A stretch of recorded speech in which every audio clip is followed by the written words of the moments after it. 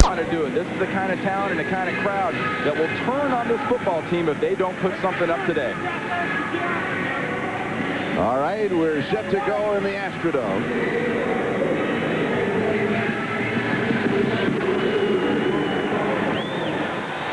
And we are underway. And it will be Lorenzo White who is going to return the far side.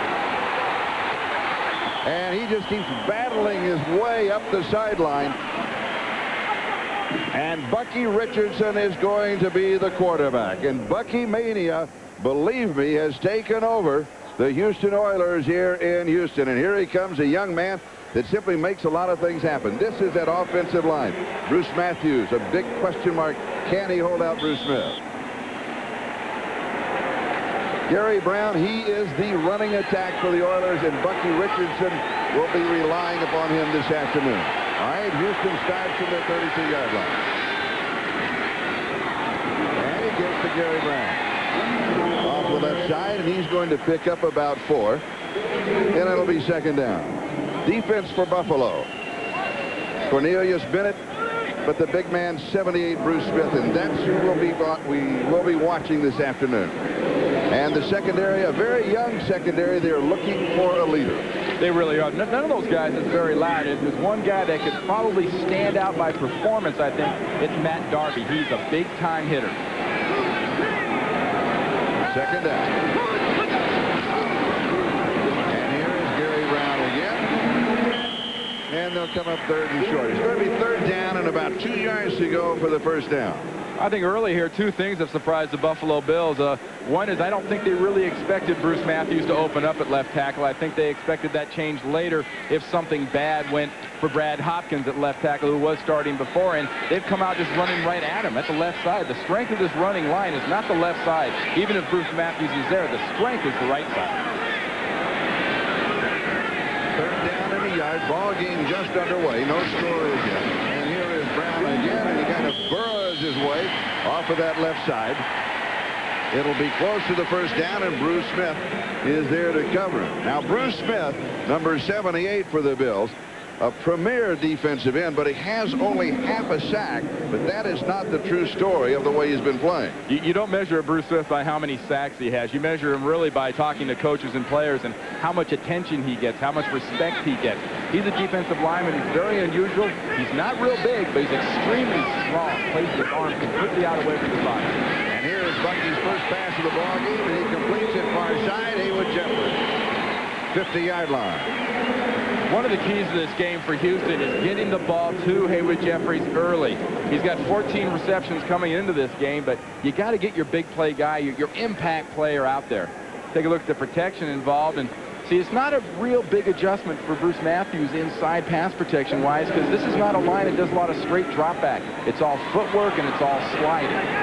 So it's second down and 3. The ball at the 50-yard line.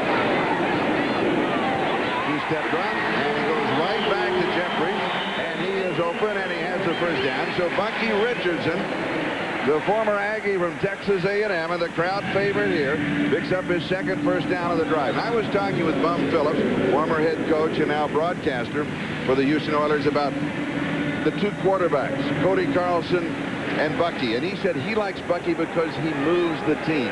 He always moves the team. He said it doesn't make any difference if it's the 4th team in preseason or if it's the first team. He moves the team. And they come back to the ground. Here's Gary Brown. He's going to pick up a couple of yards. You know, the only comeback I have this whole thing with Bucky and Cody and whatnot, you've got a run-and-shoot quarterback in Cody Carlson.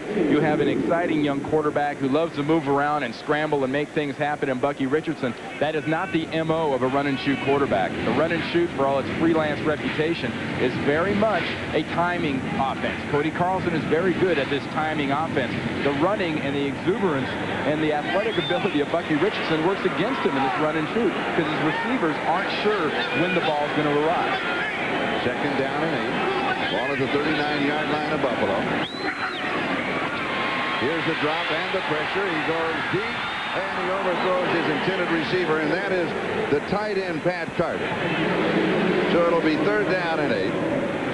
And it was Bruce Smith who was applying the pressure to Bucky Richardson. You know, This could be a very frustrating offense for Bruce Smith because you can make a good move. You can do a good job pass rushing as Bruce Smith does here.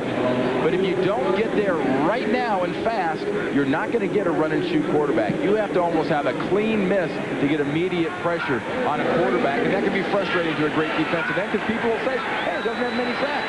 Well, you know what he told us yesterday? Quote, I hate the run and shoot. I really hate it. And that's pretty much what he said. Third down and long.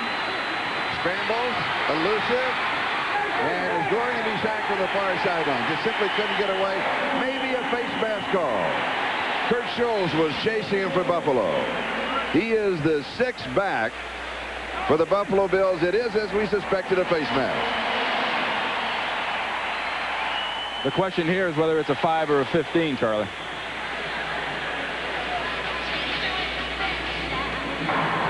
Five-yard face mask, 24 defense, 5 yards, repeat third down. So it'll be third down and about 3 yards to go. We'll take a look at the face mask. Right here at the very end. I mean, this is a quarterback. We talk about his ability to run and move around. You know, how many quarterbacks try to straight arm defensive backs? Wait, back that up, can we? I believe Bucky also had a face mask. Well, no, it wasn't offsetting. It wasn't an offsetting face mask? It's good straight arm style for an offensive player. It's face masking for a defensive back. Third down and 3, 34-yard line. And we have motion. Flags are down. Gary Brown off the right side. He will stop the play. And it looks as if it was Webster Slaughter who got a jump on it. That's going to be our new simulating the start of an offensive play. It used to be offside. Or illegal motion. Here it is. False start prior to the snap. 84 offense, 5 yards, repeat third down. So we are back where we started just a moment ago. It's going to be third down and 8. And we're back out at the 39-yard line. We have no score in the ball game. We're about 4 minutes and 15 seconds into the first two. The Oilers taking the opening kickoff with a return to the 32-yard line. And now from the shotgun. And it is incomplete. Coleman, the intended receiver. It will be fourth down and 8. And you're almost in a no man's land. You would say, well, late in a quarter, late in a half, you might go with a long field goal attempt. But with the new rules, no chance at all. And so Rich Camarillo will be kicking, and Jeff Burris, the #1 draft choice out of Notre Dame, is the return man. Camarillo's a very accurate punter and very adept at placing the ball out of bounds inside the 20 to the corners. He hangs this one out. And it gets past Steve Jackson. He thought he had positioned himself perfectly to down it inside the 5. In reality, he could have moved back under it and caught it. No score, back in a moment. Attended Willow Ridge High School, who, by the way, last night beat Lamar 28-21. All right, the Bills starting from their own 20-yard line. And it will be Thurman Thomas. As Thurman goes, so go the Buffalo Bills. We've got a flag on the play. Bubba McDowell makes the tackle. Preliminary signal, it will be a holding call. Let's take a look at that defense. And the front 7 for Houston. It's pretty good. Ray Childers, of course, is always all-world. Chris Dishman is having another outstanding year. He, by the way, has an interception in 8 of his last 11 regular season games. But, Charlie, the big change defensively, really, is that Bowden, number 59, Joe Bowden, is starting for Eddie Robinson, who had a dislocation of his thumb last week against Dallas. That is a big change. Bowden has been inactive. He has been bothered with a quad problem, and the pass is complete out to the 20-yard line. Andre Reed, that is reception number 600 in his career. Charlie, 2 weeks ago, we saw Henry Eller catch his number 600. Now Andre Reed. Used to be an unbelievable milestone. Now there are 13 receivers that have caught 600 passes in the history of the NFL, and you at best give this receiver some room because he's off to a hot start. Yes, he is. We have flags on the play going deep down the sideline. It is incomplete. John Beebe, the intended receiver, as he come back to sort out the flags. Guess who Andre Reed has joined in that 600 club? Well, Art Monk, Steve Largent, James Lofton, Charlie Joyner, who is here, Jerry Rice, Ossie Newsome, Charlie Taylor, Drew Hill, Don Maynard, Raymond Berry. Offside, 90 defense, 5 yards, repeat second down. Gary Clark, and you mentioned, of course, Henry Ellard, who did it a couple of weeks ago. So spot the ball now at the 25-yard line. And it is second down and 5. Thurman Thomas, he picks up the first down.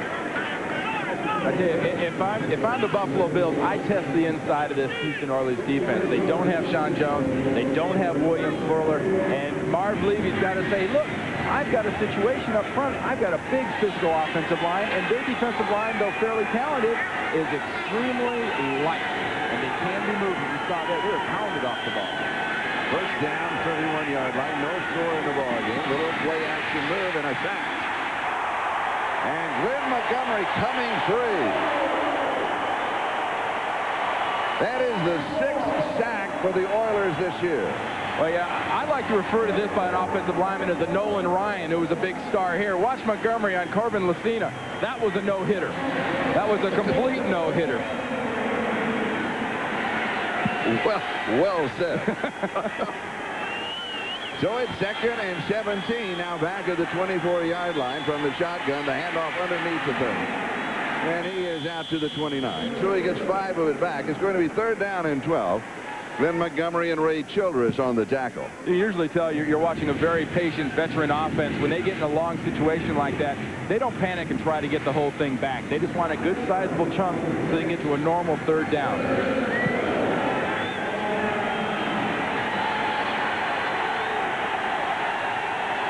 Kelly from the shotgun has time. He goes deep over the middle. It is intercepted. A diving interception by Steve Jackson.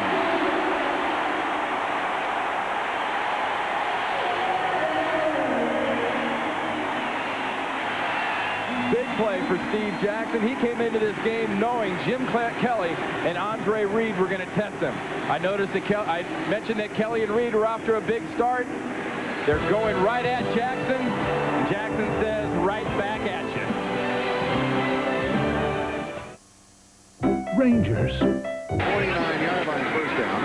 We have no score in the ball game as Gary Brown is immediately wrapped up by Cornelius Bennett. Cornelius Bennett played his collegiate ball at Alabama. And by the way, congratulations to the new Miss America from Alabama, Heather Whitestone. Isn't that a great story? It was so fabulous last night on NBC.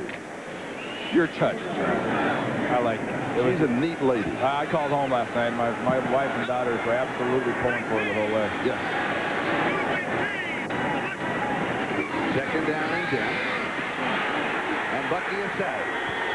And Bruce Smith is the man who got him. That ongoing battle between the Bruces. Bruce Smith and Bruce Matthews. This time Smith wins. Last time it was the breakdown on the right side with Cornelius Bennett coming free. Look at Bruce Smith. Did you notice the way those arms never got collapsed? He had Bruce Matthews at arm's length, pulled him, and came right through him like that. That's Bruce Smith's strength, is his strength and his quickness. He's probably 25, 30 pounds lighter than he was last time these two guys played against each other at the end of the 86 season. He's a lot leaner, he's a lot smaller, and I think he's stronger. And he told us his body fat was down, what, from like 20% to 7%. All right, Bucky in the pocket. It is knocked away, and Bruce Smith almost intercepts it. Phil Hansen, number 90, the defensive left end, is the man who knocked it away. And so Rich Camarillo will come in to kick, and that means that Jeff Burris will be returning for Buffalo. Bubba, you had late move on you? Yeah, we're going to rush you. Fast outside. We talked with Jeff Burris yesterday. He said the biggest adjustment from Notre Dame to the pros, the speed of the game. He's going to let this one down, and it may be down. No, it's going to take an Oiler roll right out of bounds at the 5-yard line. When we come back, Buffalo will have the ball at their own 5. No score first quarter. Does best. He's a gut coach. He's not a guy who goes by computer readout. He tries to guess and get in Jim Kelly's head. And Jim Kelly hands off to Thurman Thomas. The defense gives him maybe 3.5, possibly 4 yards. Ray Childress is there to make the tackle along with Al Smith. So it's going to be second down. You know, when you talk to the Buffalo Bills about this defense, they say, gosh, they blitz a lot. But this is a defense that blitz to stop the offense, not just the pass. They blitz to stop the run. Kelly to throw, and he has Andre Reed, and the pass is complete. He slips the tackle, and he picks up the first down. Almost to the 25-yard line before Bubba McDowell finally gets him. And the Bills going with that hurry-up offense, the no-huddle offense. Listen, Jim Kelly likes this. He likes this pace. He said, we've been too slow. It can't be too fast for Jim Kelly.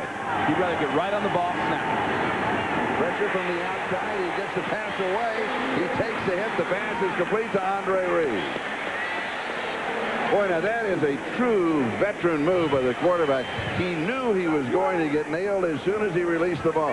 We talked about Eddie Robinson and that dislocated thumb last week against Dallas. The big question was, will he wrap up? Will he try to make a tackle using both arms? And he used his shoelaces, his arms, his helmet, everything on that one. And a gain of 18 on the play. Buffalo now out to their own 42-yard line. Remember, they started at the 5. Kelly to throw. As time goes to the far side, pass is complete, and then stepping out of bounds is Don Beebe. That'll stop the clock. Chris Dishman was there with the coverage, and all of a sudden the Buffalo Bills offense is in high gear. Well, this offense, though they have no huddle, reminds me a lot of my old offense in San Francisco in that it's very methodical. Defenses say you got to go 12, 14 plays. This offense says fine. We can go 12, 14 plays to score. We don't mind. We're very, very patient. It is second down and about 1.5 yards for the first down. And here is Thurman. He's got it. He goes to the 45-yard line before Montgomery and Childress stop him. You know, I'm not sure how much Jeff Fisher wanted to blitz coming into this game, but if you watch the physical matchup, Lamar Lathan, coming from the backside 57, is very much a speed player, but at his size, if I'm Buffalo, I'm going right at him. And right at him means Jeff Fisher's going to have to blitz a lot. And Lamar is just learning that position. He's a linebacker. We've got a flag down. Thurman Thomas, the ball carrier. And back to the story of Lamar Lathan. He said, I no longer fear Buffalo like we did in the past, but I'm fearful about playing defensive end because I don't know what to do all the time. I don't know if he fears them, but he's going to sure respect them. Illegal formation, 66, lined up in the backfield, 5 yards, repeat first down. Well, we looked at tapes all week long, Charlie, and noted these linemen for Buffalo, Jim Kelly could give them a handoff and never really have to move. They line up deep in the backfield, and they got Kraft, the right tackle, for being too far back. But these guys stretch the rule to the limits.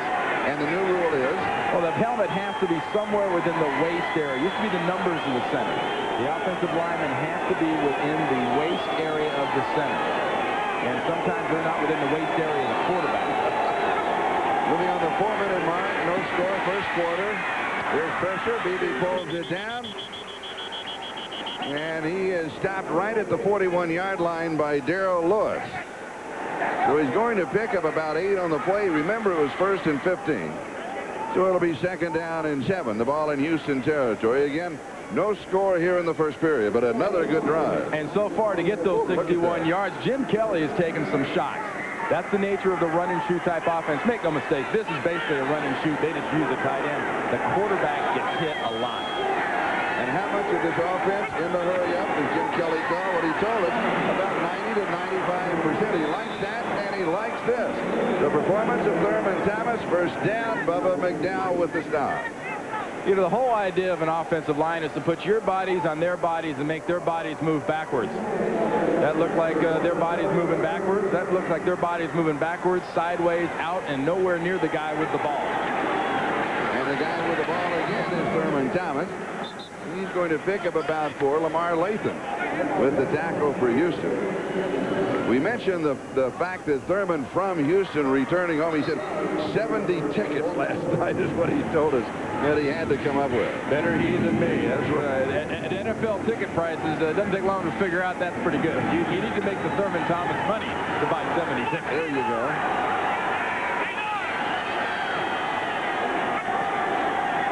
And he goes to the right side behind the blocking of Jerry Kraft. And one of the things yesterday that Thurman said about whenever Kraft pulls, and leads to the opposite side. He said he's not blessed with a lot of speed. He said, as a matter of fact, I walk along behind him when he is pulling. Charlie, we both were California. I grew up there. Jerry Craft's kind of like an earthquake. The earth doesn't move fast when it happens, but it can be devastating when it does move. Once he gets it going. I mean, look at this guy. That's another way he's program weight thing. I mean, that's about 2 DBs and a kicker. Well, the program weight is 6'6", 351. And I think the scales only went to 350. They said, well, add one more and we'll count. Well, yeah, he's one of those guys that, you know, they want to say who's bigger. He always says, I'm bigger than anybody else. I spot the ball at the 21-yard line. Imagine growing up, he didn't lose too many fights for that last piece of chicken on the plate, do you think? Who gets that? Who do you think gets that? It is gone. The chicken is gone. Thurman Thomas has rushed for 40 yards in the ballgame. And Lamar Lathan is there. And we've got a flag. Another example of the team speed of the Houston Oilers with a hold against Buffalo. They are a very fast defense. It's another blitz. Holding, 68 offense, 10 yards, repeat first down. Kenneth Davis, the last ball carrier, as Thurman Thomas getting a bit of a breather. So move the ball back out to the 31-yard line. And it'll be first down and 20.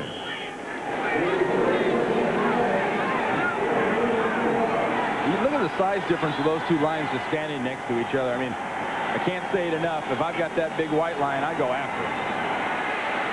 Kelly lots of time, dumps it off underneath to Davis, and he is dropped immediately by Bubba McDowell. The Bubba McDowell signature play for these Houston Oilers they can't get enough of, especially now with Jeff Fisher, is Bubba McDowell hitting to and hitting through a receiver. Davis doesn't see him. McDowell sees Davis. We see the result. Bubba plays cornerback, safety, also plays linebacker. We asked him yesterday, you get 3 checks? And he said, I thought about it. I thought about it. All right, Kelly to throw. Pass is complete, and this is Thurman Thomas.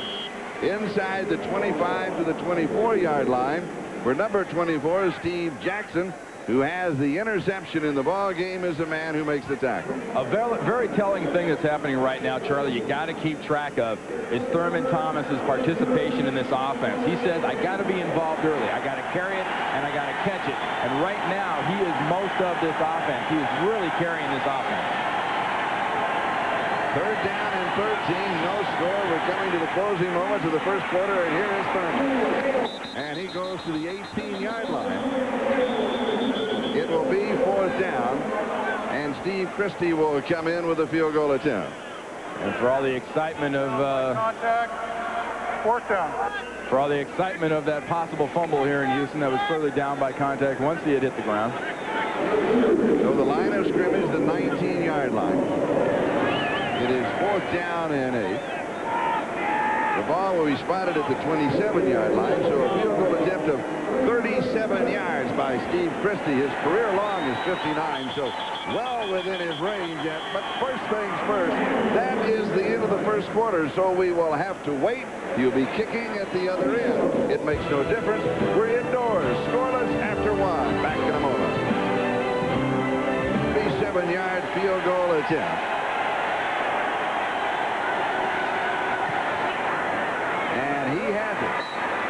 And Buffalo leads off the score. They are out in front of Houston 3-0. We'll be back with the kickoff in just a moment. Buffalo kicks out. And on the return, John Henry Mills. And he is stood up, then he fumbles. And it is recovered by the kicker, Steve Christie. Oh, talk about adding insult to injury. You fumble the ball straight into the kicker's arms when you're doing exactly what the coaches have you back there for. Not a real speed guy. Not a let's dart right, let's dart left. Take advantage of the new rules and new yardage. Take it straight up the field. Run tough, run hard. Keep the ball. Slight detail. Forgot to mention that one.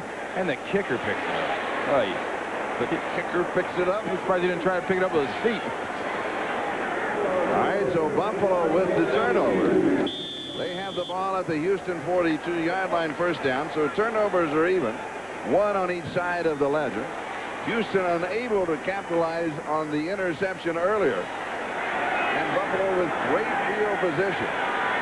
Now will Kelly go to the end zone right here? I think you keep pounding the ball, and if you don't pound the ball, you do exactly what you just said. You take your shot off a turnover early. And here's Thurman Thomas. He almost breaks it. He picks up about 15 yards on the play. Al Smith finally stops him. So Thurman Thomas now with 70 yards of total offense, rushing and receiving in the first half.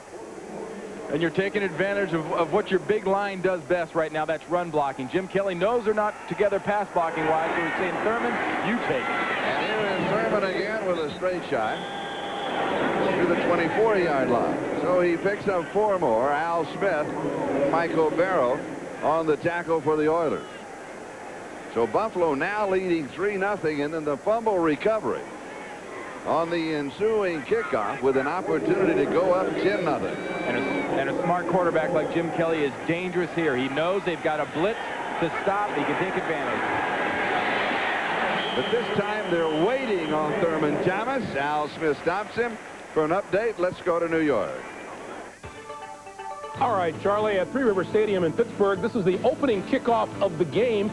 And you know what? Marshall Faulk isn't the only Indianapolis Colt who can fly. Look at Ronald Humphrey, 95 yards with the return. The extra point gives the Colts the 7-0 lead over the Pittsburgh Steelers. They've gone to the second quarter, Charlie. And here in Houston, Buffalo leads by a field goal, and they have a third down. Deep in Houston territory. And he gives out to Thurman Thomas. That was a visual audible that Jim Kelly was calling off of the no huddle, of which he had already given the audible, which was the play. And now it is fourth down, and so Steve Christie, who recovered the fumble, has the only 3 points. Will try to pick up 3 more. Now, one of the advantages of having this no huddle is having an audible off an audible off an audible to your halfback. Something they do on a regular basis here in Buffalo. I think it takes a lot of coordination. It's a real sign of a veteran confident group that you think your center can't hulk and hit that guy without looking. Steve Christie now from 42 yards out. And he has this one. So Christie is hit from 37 and 42. And Buffalo leads it 6-0 back with the kickoff. Time it is Lorenzo White from the 5-yard line. Lorenzo to the 20. He's going to return across the 25 to the 26-yard line. And most important of all, of course, for the Houston Oilers is he hangs on to the football. And here is Frazier, the most talked about move. Of course he is. And he receives moderate pay. And here's Gary Brown. For Houston offensively, that is only their 12th play. Buffalo has run 21 at this juncture. 12 minutes time remaining first half with Talley and Hanson. And a look at the total offense and the large share of Buffalo's offense, courtesy of Thurman Thomas. Right now, the Houston Oilers are not capable so much of running the ball. They're having a problem right now since the early good start running the ball, stopping penetration. And Kevin Gilbride, the assistant head coach, and really the guy that steers the offense, has got to look down the field at Gibbons. Second down and 8. Here's pressure. Steps forward, throws, pass is complete. It'll be a first down. Webster Slaughter pulls it down at the 41-yard line with Kurt Schultz and Mickey Washington right behind it. Now here's a matter of adjustment by wide receivers, because this play is designed to be out of here now. Now it's an adjustment of the receivers to the quarterback as he steps up. Slaughter does a good job, but I really think they got to get a guy like Gibbons involved. That's the receiver people worry about. Webster Slaughter is coming off a bad knee, and people are awfully impressed with the job he's done rehabilitating. But if you're going to worry about a guy that's going to beat you deep for a big play, it's going to be Ernest Gibbons. Houston with a first down at their 41-yard line, trailing 6-0. A pair of field goals for the Bills, and Gary Brown is wrapped up at the line of scrimmage. Cornelius Bennett and Bruce Smith was there. Well, you saw the first 2 or 3 plays of the game. The Houston Oilers came right out running left behind Matthews and company on the left side. And I think they did something you really don't want to do. They made Bruce Smith and that right side of the Bills defense a little mad. And right now they're mad and they're getting penetration and they're stuffing the blockers of the Oilers. And from an offensive standpoint, what does that do to Bruce Matthews? What gets into your head? You start thinking soccer. All right, Bucky back to throw. Scrambles out right. Has some running room. Stops, looks. And then he throws, and it is tipped, almost intercepted. Jeff Burris had one hand on it. He had a second hand on it, and he couldn't pull it in. Well, he had plenty of opportunities at catches. Bucky throws a ball here that a inexperienced, enthusiastic quarterback would probably throw, one that doesn't belong to be thrown. He has yet to learn the old best pass you throw is one maybe you don't throw. Go back for a moment. You said think soft. Now, what do you mean by that? Well, when you're getting run over and you're getting stuffed a lot as an offensive lineman, you start thinking a little softer, a little more hesitant. It might not come initially in your physical makeup and the way you're playing, but eventually it will tell. Richardson back to throw. Flags are down. Here's the middle screen to Gary Brown. And Gary Brown has the first down if it stands up. A flag at the 43-yard line. Darryl Talley with the tackle. It goes for 18 yards. 73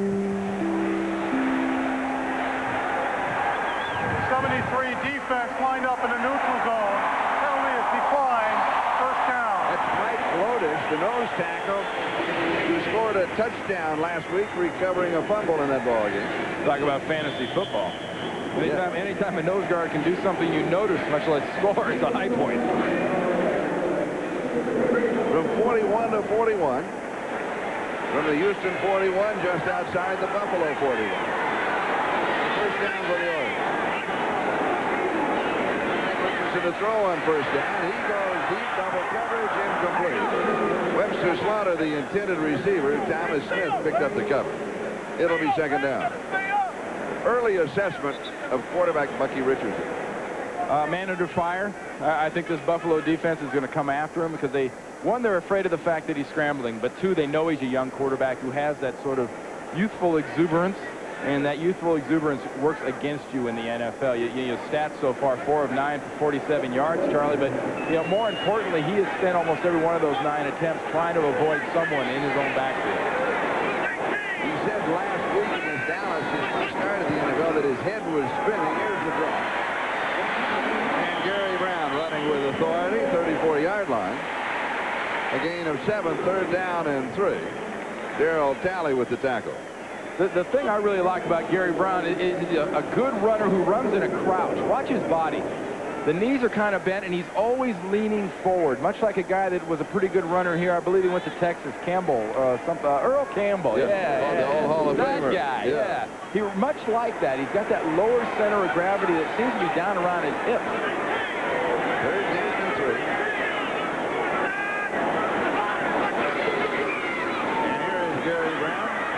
And this is going to be close. He may not have made it. Bruce Smith is there to cover him. Why do they keep running at Bruce Smith? I think it's better to go at Bruce than away from Bruce. What? Bruce is so quick, has got such good ability to go down the line. When he's free, I think he's more dangerous away from you than he is at you. It is going to be 4th down and short. I think in this situation, the Houston Oilers lose absolutely nothing going for it. You go for it and get a first down. Al Del Greco is coming in. Not a popular decision with a lot of the offensive players. Gary Brown, the running back, is kind of motioning to the sideline and screaming. Bucky's kind of saying go for it, but these are the decisions upon which sometimes coaches are open for criticism.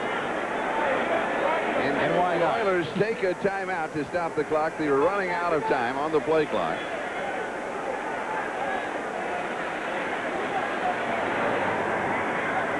Now Bucky is... So Jack's going to take a shot. I like this. He shows confidence and gives confidence to a young quarterback, a struggling line, and a quality running back. And he fumbles the snap. And it didn't bounce far enough to be a first down even if he recovered it.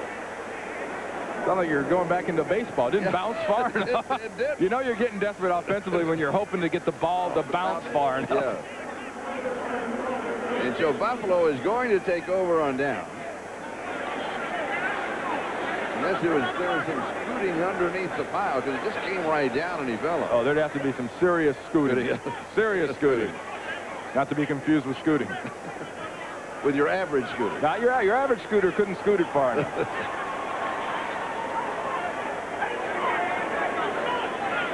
Gee, what a surprise. Guys on both sides are pointing first down. Yeah.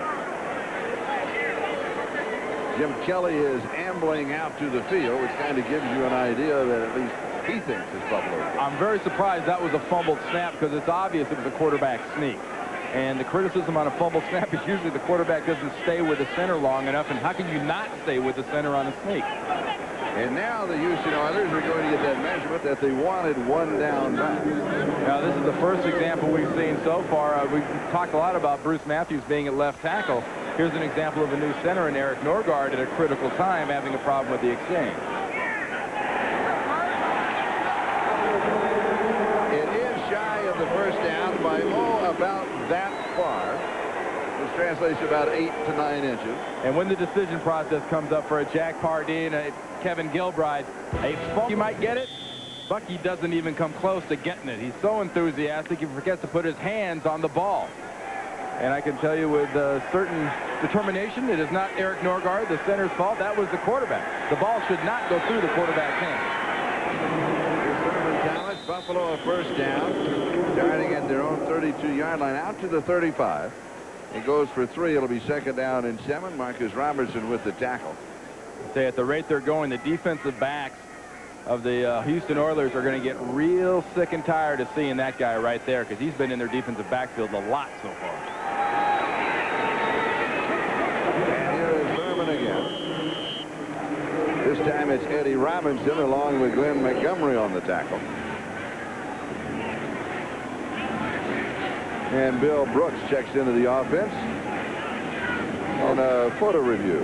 Those are like 8x10 portraits. I mean, we call those Polaroids. Polaroids aren't as big as that guy's hand pass. That things are 8x10s. How can you not see something on that? Look at the guy's watch on a picture that big. Third down and 5 from the shotgun over the middle. Pass is complete.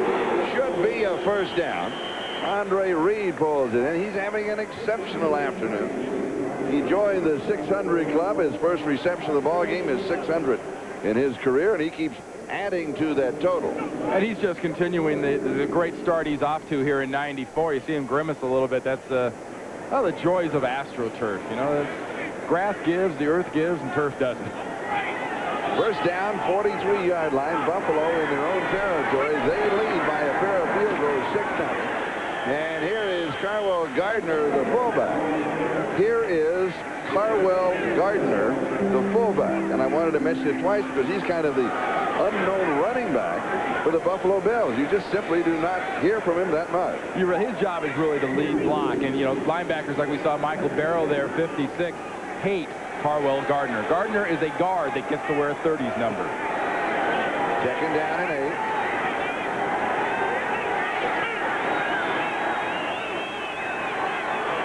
Showing big blitz.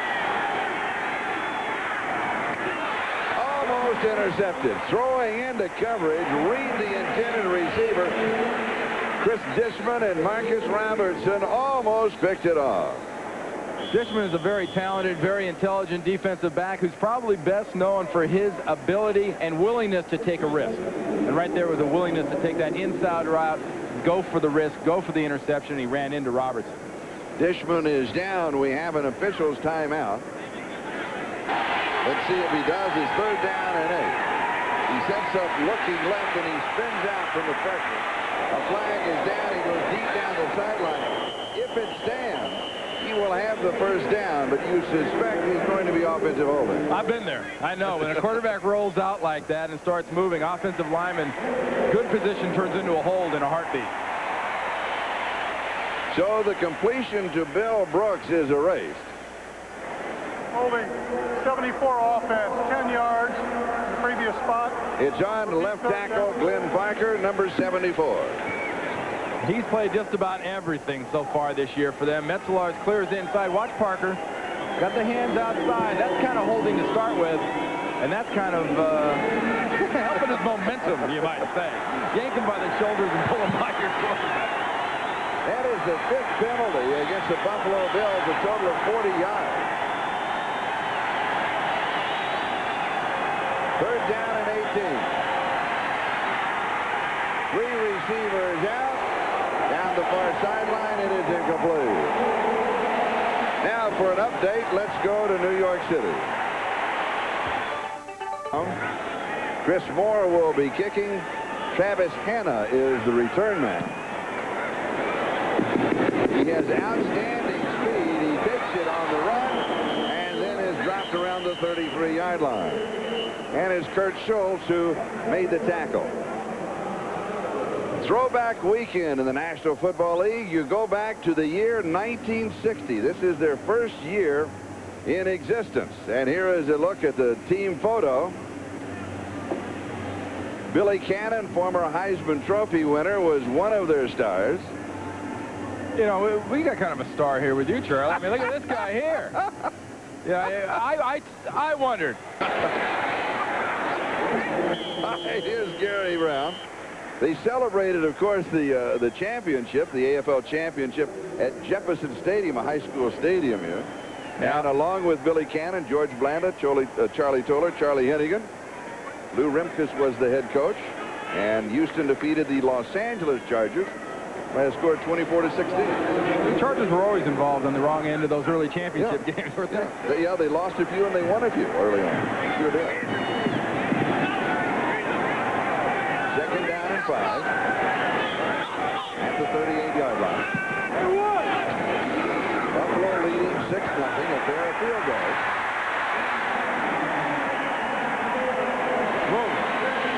And Gary Brown just rolling around the left side, finally rolled under by Darby and Jones. This is a flat field here. It's indoors, but Gary Brown looks like he's heading downhill here as he hands out a little shoulder pad sandwich right there. I like the way this guy runs. He's low, he's aggressive, and he's not matching Thurman quite yet. He's got 11 carries for 40 yards, but he is a real first-class runner. First down, 48-yard line, and here he comes again.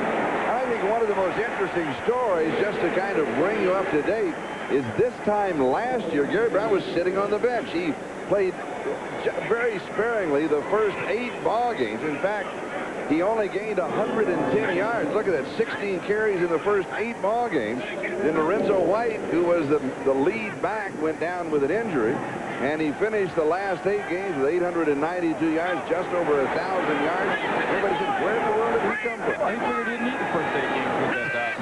He was well ready. 2nd down, back is complete to Haywood Jeffries. Spot of the reception is the 39-yard line of Buffalo, and it's going to be a first down. Thomas Smith with the tackle. Well, so far in this drive, the Oilers have done 2 things. They've revitalized their running game, and right here they get the ball back into the hands of Haywood Jeffries. Haywood Jeffries is not the guy you worry about killing you long, but he is the guy that can get balls for you on a regular basis, 8, 10, 12 yards. You see the kind of yards he picks up and the kind of number of catches he's had over the last 4+ seasons. First down, 39-yard line of Buffalo. 2:39 and counting. Time remaining in a very quick first down. And here is Brown around the corner. He cannot make the turn. Darryl Talley at age 34 pulls him down from behind. Well, speed might be affected when you get a little older, but obviously strength is not one of the things affected, because Darryl Talley had sort of a finger hold on the jersey and pulled down a very powerful running back. So it'll be 2nd down and 10, as the Oilers may be content just to take the countdown to the 2-minute warning. Buffalo leads it by a score of 6-0. Steve Christie with a pair of field goals of 37 and 42 yards. There is the 2-minute warning. We'll be back. He might be a little flustered on it. All right, 2nd down. He rolls out, sets the screen. He just ducked this underneath to avoid a loss, and they're going to flag it. And that's an inexperienced throw, because I think he really felt that he could do that and it would not be a penalty. Now, the only time that you can do that as soon as you step back from the center, or if you roll outside of the position of the tight end, and then you ground it at the line of scrimmage or past the line of scrimmage. And see, he's asking, he said, you know, what is the rule? You watch how far he goes back. He's about 6'7", bang. You know, he just never gets any further than straight back behind the quarterback. Doesn't get outside behind the center, rather, outside the tackles. And I don't know if that's so much an inexperienced thing from the standpoint of not knowing the rules. I think that's sort of a, I'm going to kill it, I'm going to kill it. He's trying to do the right thing. He doesn't know what the right thing is. Third down and 21, low snap from the shotgun. We've got flags, they'll stop the play.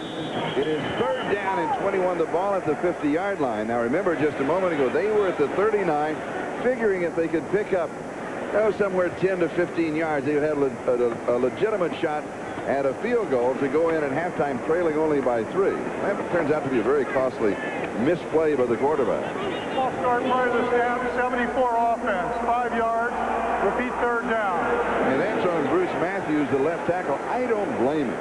If I had Bruce Smith across there, I'd get an early jump on him every time. Well, he's also got an unfamiliar voice. You know, Cody Carlson's been the guy here. He's got most of the reps. Now you got another quarterback in there with a different snap count. Third down and 27.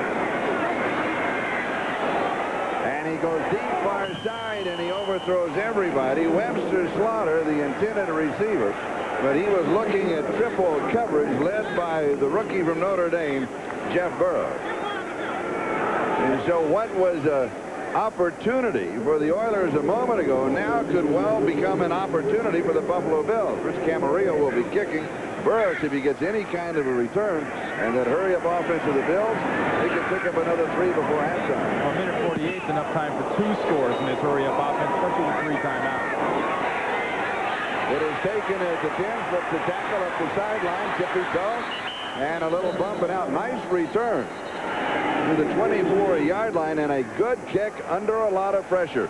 Be sure to stay with us at halftime for Domino Pizza's NFL Live halftime report. Greg Gumbel, Mike Ditka will bring you up to date on all the scores and highlights, and Greg is going to have a visit with Broncos quarterback John Elway. That's all coming up at halftime today. 45 yards on the punt. A nice 14-yard return for Jeff Burroughs. And there's the time remaining, 1:37. I think everybody came into this game expecting 2 high-powered, exciting offenses go up and down the field. See one of those 41-38 games and be extremely thrilling to watch. And it's sort of ground to a halt here the way the play has been, partially due to penalty and partially due to bad execution. Buffalo from their 24, first down, a pump fake. He wants to go deep. Has a man deep, a one-handed grab. Does he hang on to it? Andre Reed. Reed's fake came back, went up the sideline, had only a half step on Dishman, went out with the one-handed grab right on the fingertips, 36 yards, timeout, back in a moment. You know, the ball just on the Houston side of the 40-yard line, and it's a first down. Both ball clubs with 2 timeouts remaining. Here's the screen to Thurman Thomas. He set it up beautifully, and Thurman is going to pick up about 10 yards on the play. The clock continues to move, and now you see the no huddle, the hurry up, and they're used to this. I mean, this is normal procedure. This is their 60-minute offense, Charlie. They don't worry about a 2-minute offense. They stay in the 2-minute offense. It is second down, about a yard to go. And here comes the blitz by the Oilers, going deep, man covered. He drops it. Oh, my goodness. Andre Reed, I thought he had it again. I'm not sure how that one got away. Charlie, I think he did have it. I think we have to give a little credit to Steve Jackson. Watch what happens. Right in the hand. Look at the right hand. See the right hand of Jackson just gets in there, strips through the left arm, and takes the ball away. Great defensive play. So it is now third down and 1. Clock is stopped. 45 seconds. That is the time remaining first half. And this one is too tall for Don Beebe. Darrell Lewis was there for Houston. He couldn't pull it down. It is fourth down, and that means that Steve Christie will come in with his 3rd field goal attempt. He is 2 for 2 in the ball game, hitting from 37 and 42 yards out. As slow as the pace of times has been in this game, if they make this, it's only 9-0. A lot of enthusiasm for the defense, I think, for Houston going in at halftime. Their offense, though, has got to figure out a way to make something happen in the air. A 48-yard field goal attempt. And it is good. From 48 yards away. And Buffalo, for a moment there, what was it, about a minute or so ago, it looked as if that they might be trailing, they might be leading only by 3. Now they lead by 9 with 37 seconds left to go in the first half. Shield on. The reflection of the sun at the top of the Astrodome. And here is Lorenzo White from the 8-yard line to the 20. A little bit of a hesitation around the 21. Will be tackled at the 24-yard line by Mark Maddox. And so the Oilers will go to work now with 32 seconds left to go first half in the numbers of Bucky Richardson. And an interesting situation for Dick Corey, the offensive coordinator for the Oilers, and Kevin Gilbride, the assistant head coach. What do you do with your young quarterback? Do you risk him making a mistake, or do you just sit on the ball, go in and try to game plan at halftime? I happen to vote more along the latter. I think you try to run out the clock and get this guy off the field. John Henry Mills is the ball player, the Oiler, who is shaken up on the return, and he is being administered to. Gilbride, Dick Curry have to look at the tape, look at the snapshots, and figure out what they can do with young Bucky Richardson. So a first half. I'm a bit surprised. I expected a very high-scoring shootout ball game, and we have a very defensive 9-0 first half. Well, they've taken very much the approach from the Buffalo standpoint that they're doing the take what they'll give them, and what they'll give them right now is the run. They don't want to give them the big pass plays, and Jeff Fisher has done an effective job with the blitz of taking the majority of the pass plays away. And the second half is now officially underway. And here is Don Beebe on the return. He's got the corner. He's out to the 30, the 35, the 40. An outstanding return for Don Beebe. Lane Bishop finally runs him out for the Oilers, but Buffalo will set up shop in excellent field position. Don Beebe has excellent speed. He's probably running at a real good clip right about here. Watch him slow down and try to almost kind of sucker the Houston kickoff team into slowing down a little bit with him before he accelerates. 35-yard return by Don Beebe sets up Jim Kelly and his Houston offense in a position where they can afford now early in this drive to take a shot down the field. From the 49-yard line, but the open on the ground is Thurman Thomas. And he has a couple of yards to the Houston 49, where Ray Childress and Michael Barrow make the tackle. It's going to be 2nd down and 8. And Thurman is still down. Oh, he was just a quick rest. As all great running backs do. They're in no hurry to get off the ground. Look like they're on about their last breath before they get to the huddle. Then they run by you like a blur on the next play. Particularly in this offensive Buffalo, you've got to catch your breath when you can. Here's Pete Metzeler, the tight end. He pulls in the reception. That is his 5th reception of the year. He had 4 in the first game and none last week, his first of this ballgame. And one thing you didn't see on that last play was Thurman Thomas with the ball. What he did without the ball was pick up a completely free Lamar Lathan coming around off the corner. He did a great job of picking him up. You know, it's something that people don't talk about enough with guys like Thurman Thomas and Emmitt Smith and Barry Foster. A lot of the great running backs now in the league are not one-dimensional. They're able to catch the ball, and more importantly for their offense, they're able to block. You talked about the changes in Buffalo offensive line. Yesterday, Thurman told us because of those changes, he does have to block more. And this time he's running with the ball, and this is what he does so well. He goes to the 41-yard line. Bowden and Smith with the tackle. It's just short. It's going to be about, maybe about a foot short of the first down. And this leaves a very, very little mystery as to what Buffalo will do with the scenario they've had in the first half of just bludgeoning the ball at this smaller defensive front of the Houston Oilers. You saw Marv Levy. Well, Jim Kelly spoke so highly of Marv. Now I think he's disgusted. He wanted to go for it, didn't he? But every quarterback wants to go for it. Of course. And I almost think the way their defense is playing, they could go for it here, not thinking field goal. I mean, they're talking about first downs. I think it's an easy first down. I think they should go for it. Right now here, though, ball position, either just sit on it with the snap call and see if they can get an offsides in the first down. I don't think so. I think you kick it into the corner, put it out of bounds, and give your defense great position. And he goes for the corner, and he's not going to get it. Now let's see who is the quarterback for the Houston Oilers as they start. After that, that's the only consideration from the coach's standpoint of keeping Cody on the sideline. And here is Gary Brown. And he flies through for about 4 yards to the 24. It'll be second down and 6 as Mickey Washington moves up from defensive cornerback and stops it. Maybe a little better explanation of that shoulder injury of Cody's. You know, you've got an AC joint, which is in your left shoulder there, where everybody kind of says, oh, the old shoulder joint there on top. Yeah, right on the top. Okay. A second-degree separation is where you could literally put a finger in that joint and feel a groove in there. It's where the ligaments and everything separate away. That is what Cody had, and that's why Kevin Gilbride, you see with him there, the assistant head coach, wants to keep him on the sideline. But at some point, they're giving up a game to save their quarterback off shoulder, non-throwing shoulder. And here is the drawing, Gary Brown. And he's out to the 27-yard line. So go for 3. It'll be third down and 3.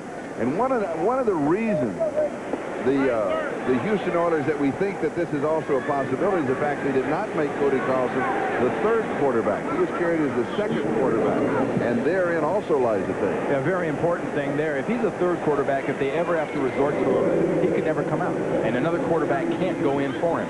He's the second quarterback. If they bring him in, if he's effective, it's great. If he starts taking a shot or two, they can yank him right back out and put Billy Joe Tolliver in the number 3 or bring Bucky Richardson back in. Right, third down and 3. Pressure from the backside, and he is sacked. So he's sacked at the 22.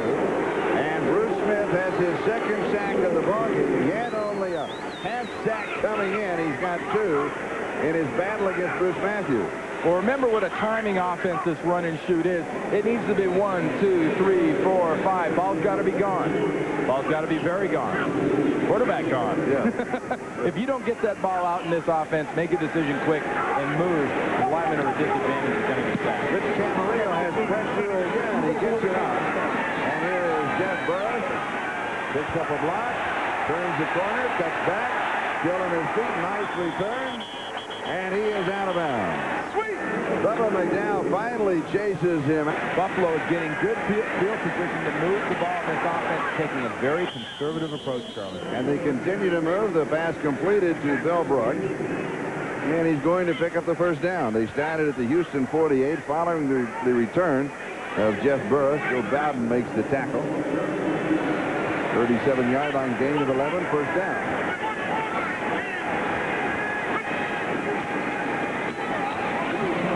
Thomas, somebody had a piece of his ankle just for a moment, slowed him up, and then he's going to pick up a yard. Lathan and Barrow finally stop him at the 36. So it'll be second down and 9. Yeah, I talk about the running and the basic conservative nature of this hurry-up Bills type of an offense so far today. I think a lot of that's born out of their lack of worry of the Houston offense. I think they're thinking now they can afford to kick field goals and beat Houston the way the offense of the Oilers is moving the ball or not moving the ball.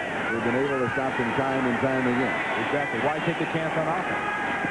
Second and 9, going underneath the coverage. Brooks with the tackle. He makes the cut at the 20 to the 15, and he is down around the 13-yard line. Bubba McDowell finally got him. A gain of 23 yards on the play and the first down. And just the kind of pattern that you associate with this team is a shorter type of a pass play that Jim Kelly says, okay, you catch the ball, and now you run with it. It's not a big play by design at catching point, but it is a big play by design of what he can do after. Here is Burns, just straight ahead. We'll mark it to the 10. It'll be second down and 7. Al Smith with the tackle. Jim Kelly having a very fine afternoon. 13 of 18, 158 yards. So exactly what you were talking about. You know, they're not taking the big gamble going up. Whatever they'll give us, that's what we'll take, and we'll just beat them just a little here and a little there. And the only mistake Mark Lee we've seen his quarterback make is that one pass over the middle to Steve Jackson interception. Kelly now scrambles, has pressure. He throws this one away. I love it when a veteran quarterback throws it away. That's about 3 throws off in the stands. Well, you know, unlike Mrs. O'Reilly there in the 3rd row that ball was thrown to, watch Andre Reed and tell you maybe he thinks he might have the ball here. Of course, receivers always think. Well, and also remember, what was Kelly doing? Well, he was scrambling out to his left, and he had some pressure coming from the inside. Yeah. He was busy. Yeah, he was busy. He was busy. 3rd down and 7. A day if the Oilers defense can hold them here, it's another field goal, and that's just 3 more. They're still not out of it. He sets up, comes back far side, almost intercepted. Outstanding defensive play by Darrell Lewis. Perfect position on Bill Brooks. And I think it's maybe a better defensive play by Bill Brooks, because Lewis had the inside position at the end of that play, and looked like Bill Brooks reached around with that right hand and slapped the ball away. The other thing, the throw wasn't that good. A better throw could have been intercepted. No, it was only, that's about the 2nd throw Jim Kelly's had like that. The first throw that was low and inside over the middle, Steve Jackson grabbed, and here's Mr. Christie. He's back again, 3 for 3. He's breaking the pattern, though. He's moving back inside. That's right. From the 19, an attempt at 29 yards.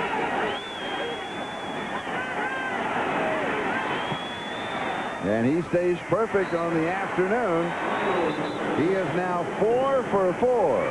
And they're really admitting to if they're not willing to take a chance of using him to win a game. And here's Lorenzo White on the return after the 15. Stumbles across the 25. Couple of flags are down. He goes to the 28-yard line on the return. Sam Rogers, the rookie taken in the 2nd round from Colorado. It'll be a holding call against the Oilers. I like the new hats our officials are wearing. The throwback hats. The throwback hats, yes. Yeah, you got that Payne Stewart. That looks like you can use them on the links next week. Yes. Holding 48 on the return team. 10 yards from the spot of the foul. 1st down.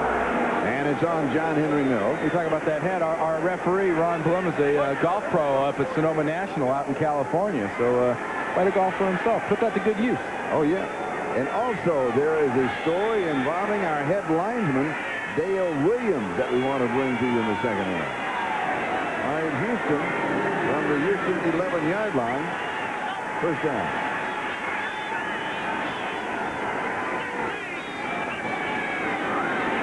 Richardson hands off to Gary Brown.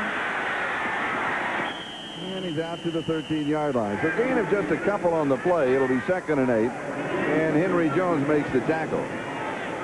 Henry Jones, one of the truly quiet men in the secondary of the Buffalo Bills. We were talking with their defensive coordinator, Walt Corey, and he said, he won't even finish his sentences. I tell everybody, you've got to talk up. You've got to talk to each other in coverage. He said, they're all so quiet and low key. They don't talk. Well, between Washington, Jones, Garvey, and Smith, it's like it's hard not to communicate. Lucky throws far side. Pass is complete. And here is Ernest Gibbons, the missing man in the offense for the Oilers, the man who can really hurt you, and they finally find him. Well, you know they're getting a little bit of something together, and they're making an effort to get the ball to Ernest Gibbons when they can get it to him this early. You've got to involve your game breaker, exciting type receiver, and you got to involve him early. If not early in the 1st half, you better sure get him involved early, because that's the kind of results Ernest Gibbons had here in his 9 years. And he has caught 50 or more passes in each of his first 8 years in the NFL. Richardson goes deep, has a man, it is there. Webster Slaughter. 2 big-time plays for Bucky Richardson, and now the crowd gets back into the game. They're still for the tackle. Well, I don't know what Cody Carlson and Kevin Gilbride were talking to Bucky about on the sideline there, but after that completion before and this 32-yarder here to Webster Slaughter, they have found something they like in the defensive backfield of the Buffalo Bills, and you know, you got to hope just for the excitement of this game, they can keep that thing going. 1st down, Buffalo 42-yard line. We're just past the halfway point in the 3rd quarter. Bills 9-0. Back on the ground is Gary Brown. Darryl Talley with the tackle. That was a very ho-hum 4 yards. I mean, when Gary Brown gets that body going north and south, and he's going to get that handoff about half a yard deep into the backfield, if you're an offensive lineman, you would best get yourself out of the way because he hits that thing quick. Second and 7, 39-yard line. He's picked up, as you see, 58 yards rushing.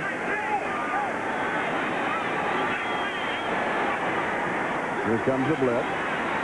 It's picked up. The pass is complete. It's Webster Slaughter. And he's going to spin his way, I believe, to the first down. Henry Jones had a fistful of jersey. And now the Oilers with some spark. It is a first down. It was one of those, he had the first down, he didn't have the first down. He had the first down. By the time he fell back again, giving up the yards. But this is just what this Oiler offense, and I think this Oiler crowd needs. This crowd needs an excuse to start cheering for these Houston Oilers, and if this offense can move it, that's the excuse they're going to have. 31-yard line, first down. Jack Pardee, the head coach of the Oilers. And the draw spinning out is Brown. And he saves about 3 yards. It looked for a moment as if he was stopped cold at the line of scrimmage, and Schultz and Talley finally had to pull him down at the 27. Watch the football players. He leaves standing on the ground or laying on the ground. Whew. Bruce Smith. That was a hop and go, a shutter, whatever you want to call it, but a running back that big doesn't always make those moves. Barry Sanders does that, but he's nowhere near the size of Gary Brown. Gary Brown, 5'11", 233 pounds. The drop pass is there, and he didn't look.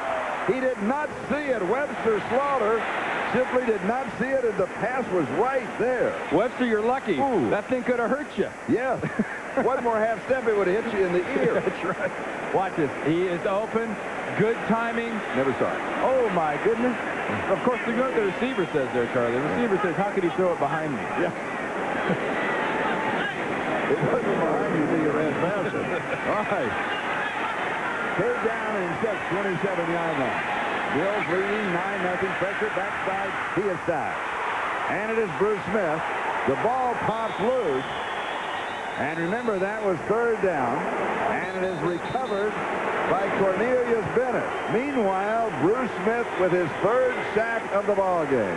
Well, if you want a good excuse from the Houston standpoint as to why, I guess, an injured Cody Carlson isn't in there, there's exactly why the coaches, I think, are keeping Cody Carlson on the sideline. They're worried about the 78 Express. How do you not block the best defensive end in football? I don't know.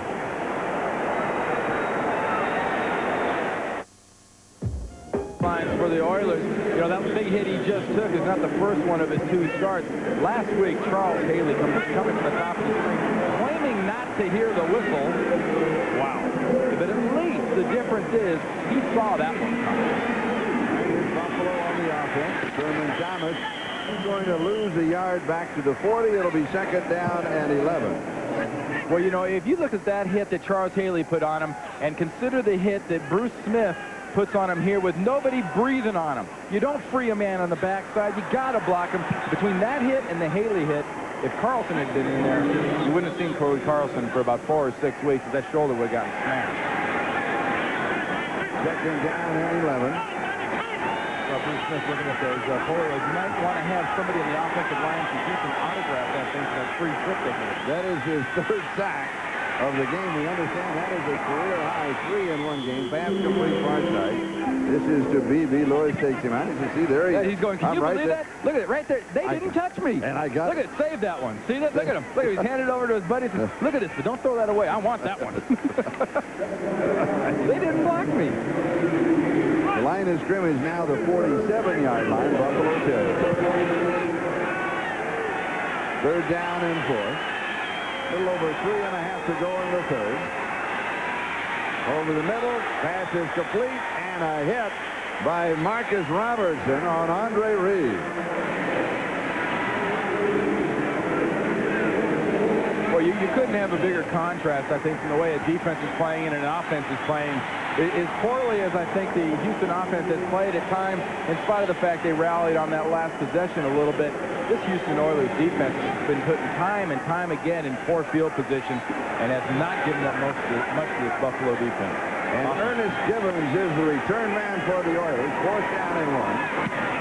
And here's the kick. It is straight up and straight, and that's a great kick.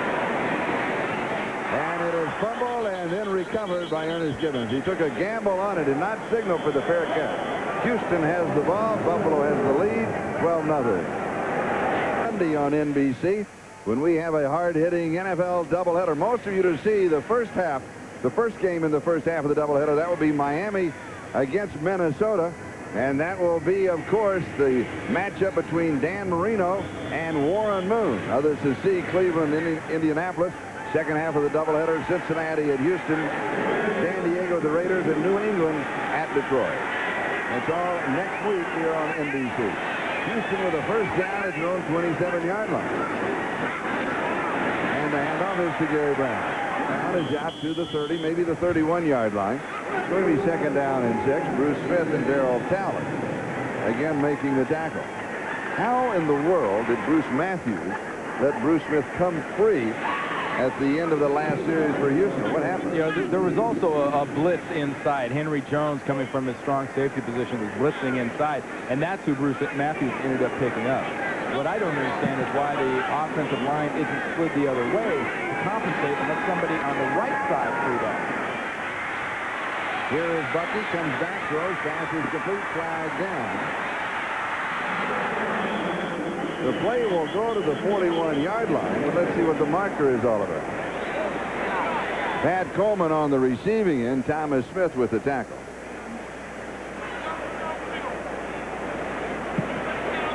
Well, ineligible receiver downfield on the Houston Oilers. Now remember, the line of scrimmage is the 31-yard line. I'm sure Bruce Smith would argue. Ineligible receiver downfield. Number 84 was covered by the outside man. 5 yards, repeat second down. Now what happened was the fact that he was up on the line of scrimmage was not the last man out.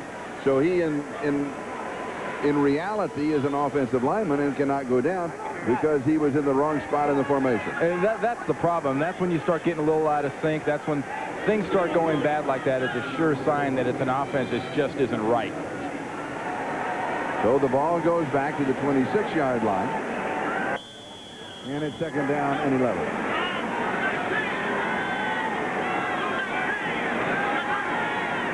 Low snap. Bucky comes up with it, has pressure, and he is fouled.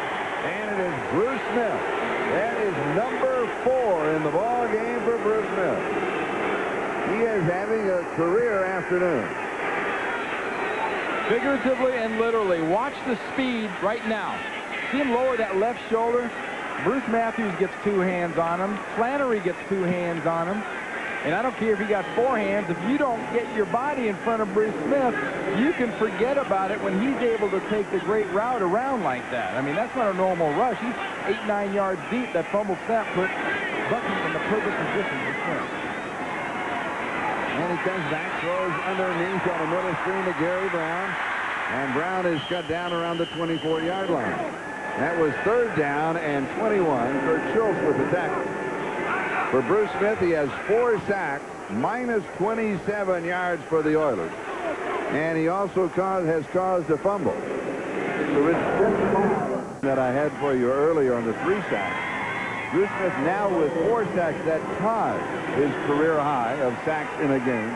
And that was a game in 1990 against the Indianapolis Colts. So he still has time to set a new individual record. Meanwhile, Kelly is caught from behind, barely gets it off. It's going to be an incomplete pass. Now for an update in the NFL, let's go to Greg Gumbel in New York. Greg? Big spoiler in the league, a big surprise. Well, I'll tell you what, if you think, you know, are they for real? All you got to do is ask Houston. Ask Houston about that.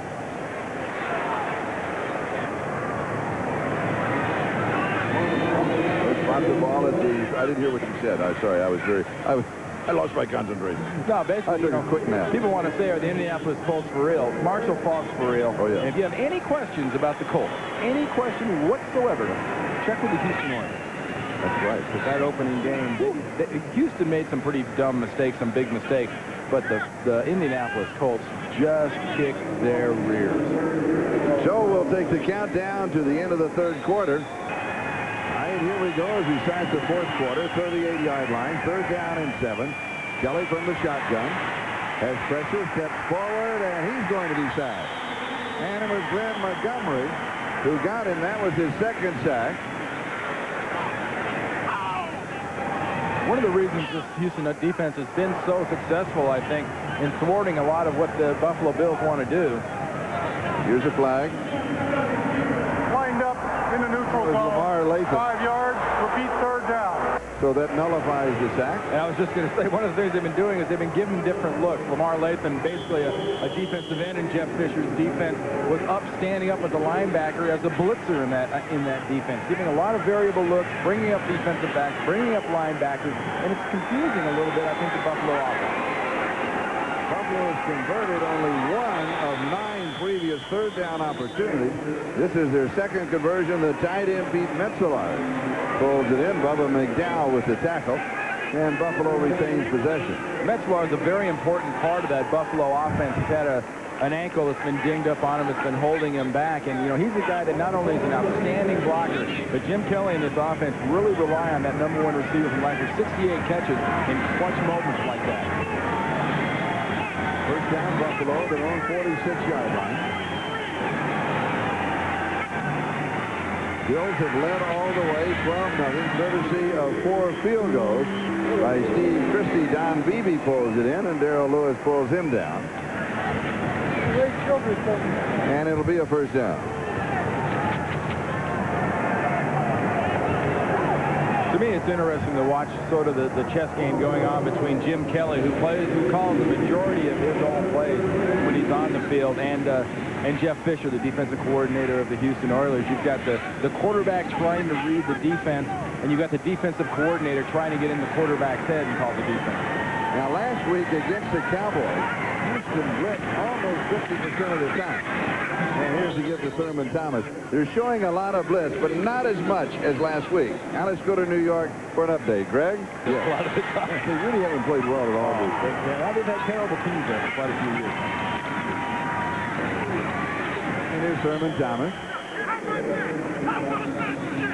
And we'll mark him a yard to the 37. It's going to be 3rd down and 5. Kenny Davidson making the stop for Houston. To bring you up to date, just under 12.5 minutes left to go in the ball game. Houston trailing the Bills by a score of 12-0. But the Oilers, from a positive standpoint, defensively, they have kept Buffalo out of the end zone. Nothing to celebrate in a loss, obviously, when you're losing like this. But if you're Jeff Fisher and this defensive staff, you've got to be extremely happy with the execution that your defense has done, because his guys really are outmanned. I think physically they're smaller. That's why they're blitzing so much. That's why he's got to go to so many different looks. And if he can keep this team and limit it to 12 points, he can go in the locker room after the game and say, I did my part. 3rd down and 5. I think Buffalo's defense has done their part. They have shut down the Oilers so that Jim Kelly can simply take his time, play underneath, not gamble. A play-action fake, and then Kelly goes to his tight end, Pete Metzelaar. Now, remember, he only needed 5 yards for the 1st down. And he picks up more than enough. Blaine Bishop with the tackle. And the Bills have another 1st down. 30-yard line. I love these hand signals, especially, there's no high-tech microphones in the free safety's helmet or the middle linebacker's helmet. Looks like he's playing that. Yeah. That is the Elvis Presley defense. He's a big Pete Townsend fan, Well, this is Heartbreak Hotel for the Oilers, actually. Here's Thurman Thomas. He's going to lose a yard, maybe 2. Bowden and Latham make the tackle. You can't say enough. Talk about how undersized they are. And Lamar Latham, a young guy who's been a linebacker, just learning how to play defensive end. But this defense misses badly Sean Jones and William Fuller. Lee Williams, because of the knee. You know, it's a defense that didn't have to worry about their guys up front in the past. And look at the yards so far they've given up. What they've done right now is they've done to Buffalo what Buffalo usually does to offense. They've given them yards. They've made them move the ball. They haven't given up any touchdowns. Second down and 11.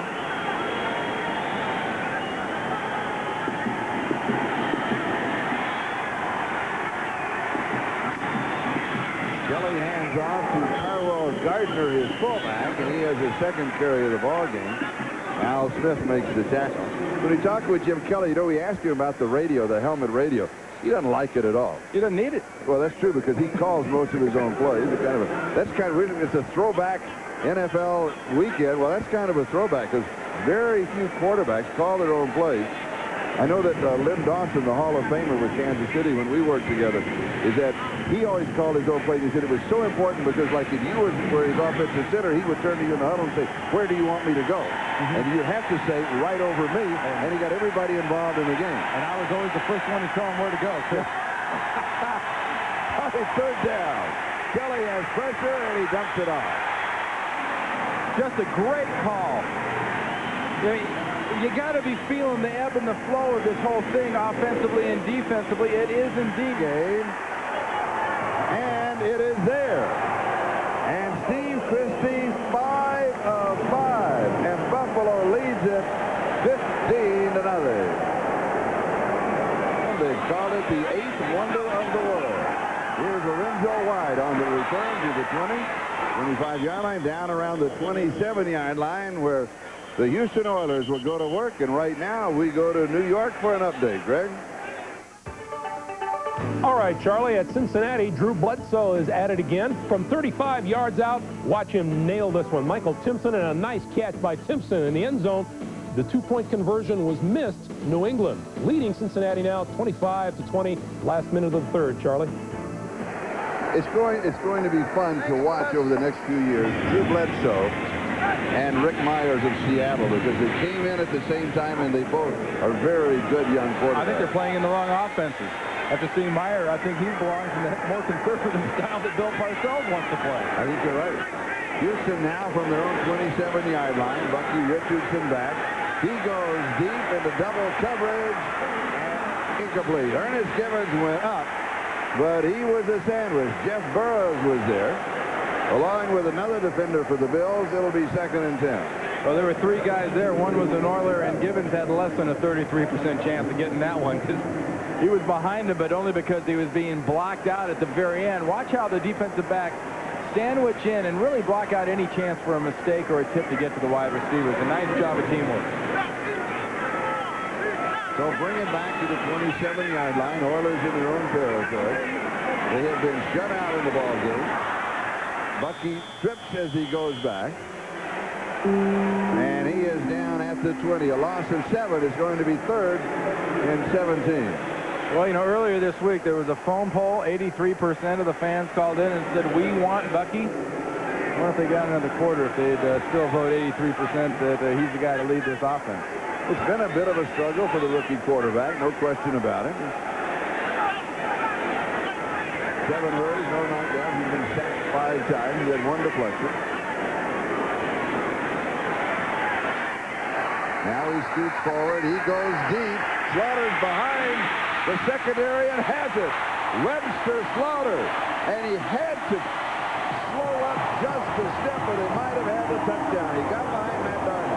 And remember, Bucky Richardson is throwing this ball on the run. He is running for his life when he chunks this thing at the end. The outside receiver right there in the middle. See that? He's free. He's open. Give it to me. Give it to me. Hits him on the run. You're absolutely right, Charlie. That's this point. 57 yards on the play to the Buffalo 23-yard line.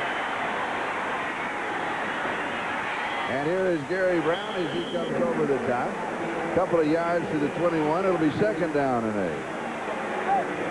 8. You're trailing 15-0. Why are you running the ball? That's probably what Buffalo's saying right now.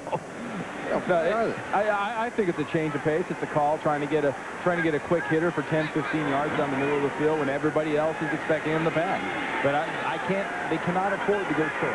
No, and, you know, they're beginning to run of time. 7:52 and counting left in the game. Here's pressure. He slips away from the sack, scrambles, and he does not slide. Now, they say he has the mentality of a linebacker, and he was perhaps of a fullback. And a couple of Bills come up limping as they collided as he escaped. There's Bruce Smith and Darryl Talon. Well, they met at the quarterback, and I don't know how Bucky Richardson got away from those two guys. But he did. What do they call that? Escapability? It'll be 3rd down and 5. The folks at Webster's cringe every time somebody says that. Nasty letter to follow. Escape base.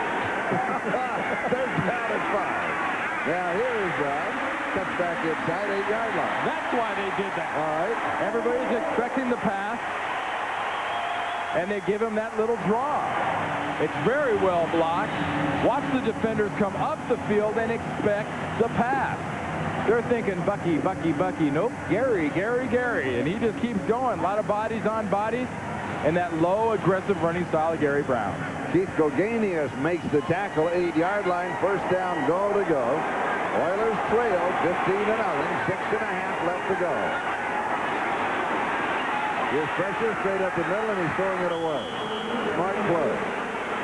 And one thing that comes into the mindset of the offensive coaches right here for the Houston Astros, or Houston Oilers. It is 15-0, Charlie. It's a 3-score thing. You got to get in the end zone. You got to start thinking about that 2-point conversion if you can get this ball in the end zone. And one way to stop a young quarterback, give him things he doesn't expect. And one thing he doesn't expect is a safety blitz right up the gut, right over the center. 2nd down, goal to go. With the new rule, it is a 2-score, 2 touchdowns. Go for the knocked away end zone. Good defensive play by Jeff Burroughs. Pass on target to Ernest Givens, his money receiver, and Burroughs makes one of the nice plays of the day for the Buffalo Bills. You need a big play. That's who you go to. It looked more like the ball was there before Burroughs was there, but that ball just came out. All right, it's 3rd down and 6. Excuse me, 3rd down and goal at the 8. Trailing 15-0, and obviously in 4-down territory. Has time, throws in zone, intercepted. Going up and bringing it down is Matt Darby as he intercepts in the end zone. I don't think you have to worry about Matt Darby and the defensive back being too quiet. Naturally, every free safety ought to do in that situation. You play the middle of the field, you read the quarterback's eyes, and if you're real lucky like Matt was, he makes that kind of a throw, takes that kind of a chance, and you make it safe. With a touchback, the Buffalo Bills start from the 20, now from the 24, as Thurman Thomas picks up 4. It'll be 2nd down and 6. And we have an Oiler down, so we have an injury timeout. Clock is stopped with... The most familiar with and the most comfortable with, and actually what Jim Kelly's gone to was using the huddle now to use up some of the clock. Very similar offenses, though. Except I don't like that no huddle. You have to run too much. Right. Thurman Thomas is going to lose a couple.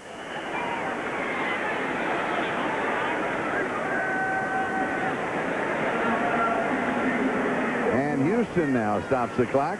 5:29 left in the 4th. 3rd down and 9. Blitz from the outside, and it is wobbly and low. Lamar Latham was putting the pressure. Beebe, the intended receiver. Thurman Thomas has rushed for 82 yards. It's amazing when you can actually celebrate about holding a guy like Thurman or Emmett who are around 90 yards. That's right. I'll tell you a guy that's going to remember this game is Jim Kelly. Jim Kelly has taken some shots. He took another one at the end of that play there, and a lot of ice bags and bumps and bruises on that well-worn body of Mr. Kelly's right there. I mean, he's only got so many spots left to hit that never been hit on him. I'll tell you something interesting, though. The Oiler defense has held Thurman Thomas to only 14 yards rushing in the 2nd half, and that's on 11 carries. And here's the kick. And here is Givens on the return. Can he get around the corner? Needs a block. Down the sideline, 50, 45, and then is bumped out of bounds by the center, Chris Moore.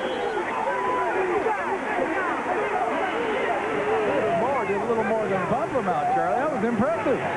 He went out. He almost started a fight on the sideline. And Ernest Gibbons wanted a piece of him, didn't he? He said, give me that punter. Look at those eyes. He's ready. We'll be back. Don't go away. Is a punter to do this. Whack. Hit him high, knock him out of bounds. Now watch this. Carl Gardner's got him by the back. Holding him back. Don't hurt my guy. Bucky is scrambling, and he throws it away.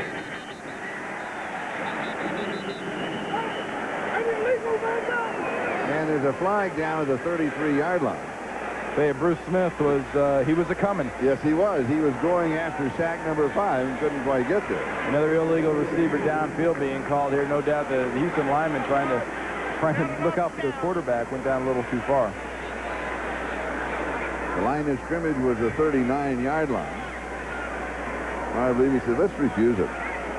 Don't give him another opportunity. One less chance. 73 offense illegally downfield. Penalty is declined.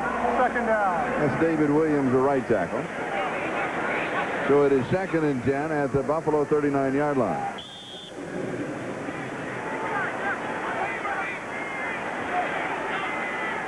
Steve Christie with 5 field goals for the Buffalo Bills. That has been the scoring. Bucky, pressure, slips away, slips out of bounds. He is elusive, isn't he? Mickey Washington was chasing him. He can get out and he can move. I mean, too bad this isn't the Veer offense. He'd be a star. But I remember the 26, 1988. That's 6 years ago. And that was the key. Pump fake, slips another tackle, pressure from the backside. That's inside 19-yard line. He gains 9. Mickey Washington with a tackle is going to be 2nd and 1. Now there's an example of, you know, Bucky on the last 2 plays has not thrown the ball down the field and tried to make something happen. He's tucked it up and he's taken the run and not taken the chance with the ball in the air. You mentioned something, of course, we talk about Bucky Richardson, only his 2nd start, young quarterback. The fact of what you brought up, the receivers have to learn to look for him and find out where he is, and he's everywhere. Here's Gary Brown. He's going to be dropped for a loss. By the guy on defense that's been everywhere, Bruce Smith. He has, hasn't he? I tell you, there's going to be other players around the league have big games this week. It always happens. But this guy's got to be the defensive player of the week so far. No question about it. Unbelievable. Watch him take the inside. You worried about the outside? Locking down? Well, there's a second example we've had today of no one blocking a great defensive player. Touchdown. Houston Oilers, Pat Coleman. Rather than the possibility of 8 and 8 is 16. One more than Buffalo if you can do it again. Well, the thinking would be I got 3:51 to go in the game. It's 15-7. We got to hope our special teams or defense can make a big play because our offense has made the first big play for us today. Bucky Richardson, that's why they like him. He's scrambling, and where exactly he goes and how he gets there. Bucky's scrambling and going, and just a plain case of, you know, you find your guy, you get behind your guy, I'm going to get you the ball. And Thurman Thomas off the right side. 3:35 and counting, time remaining in the game. Joe Bowden with the tackle. Buffalo leading 15-7. The best way to take hope out of a football team when you have them down like this is they use this big physical offensive line and smash the hope out of them. Glenn Montgomery's a little shaken up again on that last play as he was earlier on the last series for the Oilers. Dr. Robert Fain, the team physician, he's had a busy afternoon for Houston, hasn't he? And don't forget, next week, the doubleheader on NBC, the big game in the first half of the double. And Houston is going to the outside, and that will cost him a first down. Remember, 2nd down and 2. And I believe it was Tim Roberts that stepped in. They had a blitz also coming. But Roberts was in the neutral zone, and that'll be a quick 5 yards and a first down. 3 minutes and a second, time remaining. 68 defense, offside, 5 yards, first down. And with this strategy going on here, you know, Jeff Fisher and the Oilers defense, they know exactly what Jim Kelly's going to call in this huddle. He's going to call Thurman Thomas right, Thurman Thomas left, and if that doesn't work, he'll put Thurman Thomas up the middle. He's just going to put his large bodies in the white jerseys all over the guys in Oiler blue. Interesting, though, he does not take the full countdown of the clock. That snap came with still 17 seconds to go on the play clock, and it is, as you say, Thurman Thomas, Lakeland with a tackle. Old habits die hard, Charlie. When you're used to snapping the ball at, you're used to snapping the ball at about 20, 25, you let it go. You see Thurman Thomas sneaking up on that 100-yard mark, and that'll be the second one of the year for this Oilers defense. All right, and Houston takes a timeout. The quarterback, Golden Wheels, Albert Duvignon, and Paul McGuire. Where's the punter? Now, of course, with NBC. Carwell Gardner off of the right side, and he should pick up the first down. Michael Barrow makes the tackle. So it's been a bit of a throwback afternoon, particularly from a scoring standpoint, too. I thought we'd gone all the way back to the 20s. Yeah, I say that there's a lot of guys that don't like the situation with the new uniforms and the new this. I mean, guys like in Chicago and Pittsburgh that are first to wear these really pretty bizarre-looking uniforms. Walt Corey, the defensive coordinator of the Buffalo Bills, who you know quite well, Charlie. Yes. I mean, he made it very, very clear what he thought of the new way to dress on the sideline. Not a real fan of the snazzy gear. The new look. No. Well, he's a basic kind of guy. I'll tell you what, he's a defensive coordinator, is extremely talented. He had to learn the offense, the rest of the offense learned. And around the right side, here's Thurman Thomas inside the 30, and he is over the 100-yard mark. And if you're going to go over 100, you might as well go way over 100. Don't eke over it. Lane Bishop with the tackle. Watch the right side. This is the counter play. You got Lucina coming from one side. You got Parker, the tackle. And you got a lot of lonely space and AstroTurf out in front of Thurman Thomas, because if that tackle isn't made there, he is gone. 113 yards rushing. Now, he told us he would like to have a total of 150 yards. And he is getting close to that, because you can just factor in 19 yards receiving. So he is well on his way to his personal mark here in his hometown of Houston, Texas. Observance of your 35th anniversary of covering the NFL here as Jim Kelly takes the knee. Now, how do you like these buttons, I Charlie? like those. What do you I think? like those. You know, I'm Nice. I know you know they look a lot better on her than it does on me. I don't even notice the button, if you want to know the truth. And Charlie Jones 35 continues. The tour. Oh, the tour, yeah. And, of course, I was in 1960, one of the first teams that I covered, the Houston Oilers. Again, we mentioned that earlier at Jefferson Stadium, a high school stadium. The stadium is still here. It's where Carl Lewis works out. Yeah, it's funny. You talk about 1960. You saw that picture of me in the first grade. There's a gentleman here that's working this game that I was around just about that time when I was actually about 8 years old. Right at the top of the screen? Right at the top of the screen right there. Dale Williams, his head linesman number 8. He was my umpire in Little League, umpire in Pony League, Colt League. He officiated my high school football games. He officiated my college football games at UCLA. 2 years after I came to the NFL, Dale Williams came to the NFL, and he officiated quite a few of my games in the NFL, probably about 11 years worth. Great man, has been at this job for an awful long time, and you know he's been at it a long time, Charlie. He's got the number 8. Yes, that's right. We're up in the hundreds now.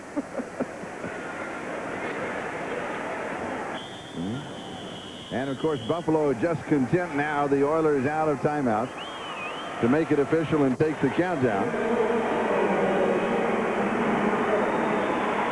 The final score will be Buffalo 15 and Houston 7. Bucky Richardson in his second start, Marv Levy. When we asked him yesterday how good is this team, he said it is too early to know. I have to wait till maybe the midpoint of the season to tell you how good we're going to be. Again, the final. Buffalo 15 and Houston 7. The Oilers now, their backs to the wall. They are 0-3. We'll be back in just a moment.